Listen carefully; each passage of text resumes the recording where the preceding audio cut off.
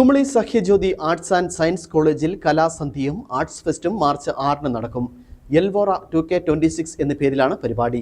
വിദ്യാർത്ഥികളുടെ കലാപ്രതിഭകളും സൃഷ്ടിപരമായ കഴിവുകളും പ്രോത്സാഹിപ്പിക്കുകയാണ് പരിപാടിയുടെ ലക്ഷ്യം.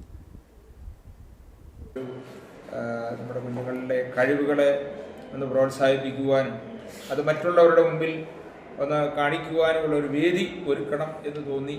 അതിൻ്റെ പശ്ചാത്തലത്തിലാണ് ഞങ്ങൾ തീരുമാനിച്ച് എൽവോറ എന്ന പേരിലെ ഒരു കലാസന്ധ്യ ഈ അടുത്ത വെള്ളിയാഴ്ച നടത്തുന്നു. 5 മണി തൊട്ട് 7:30 വരെ. നമുക്ക് ഒരു മീറ്റിംഗ് എന്ന് പറഞ്ഞു കഴിഞ്ഞാൽ പലർക്കും ഒരു ബുദ്ധിമുട്ടുണ്ട്.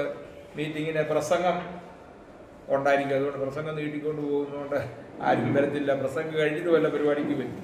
അതുകൊണ്ട് പ്രസംഗമെന്നൊരു പരിപാടിയില്ല. കോളേജിന്റെ പ്രശസ്തി ഉയർത്തുകയും വിദ്യാർത്ഥികളുടെ കഴിവുകൾ സമൂഹത്തിന് മുന്നിൽ അവതരിപ്പിക്കുന്നതിനും എൽവോറ വേദിയാകുമെന്ന് മാനേജ്മെന്റ് അറിയിച്ചു. അടുത്ത അധ്യയന വർഷം മുതൽ കോളേജിൽ bachelor of tourism and travel management, BCA, bachelor of computer applications എന്നീ 2 പുതിയ ബിരുദ കോഴ്സുകൾ കൂടി ആരംഭിക്കും. കുമളിയുടെ വിനോദസഞ്ചാര സാധ്യതകൾ മുൻനിർത്തിയാണ് BTTM കോഴ്സ് ആരംഭിക്കുന്നത്. ടൂറിസം മേഖലയിലെ തൊഴിൽ സാധ്യതകൾ പ്രയോജനപ്പെടുത്താൻ പ്രാവീണ്യമുള്ള യുവതി യുവാക്കളെ സൃഷ്ടിക്കുക എന്നതാണ് ലക്ഷ്യം. സാങ്കേതിക വിദ്യയുടെ വളർച്ചയോടൊപ്പം IT മേഖലയിൽ ഉയർന്ന ആവശ്യകത കണക്കിലെടുത്ത് BCA കോഴ്സ് ആരംഭിക്കുകയാണ്.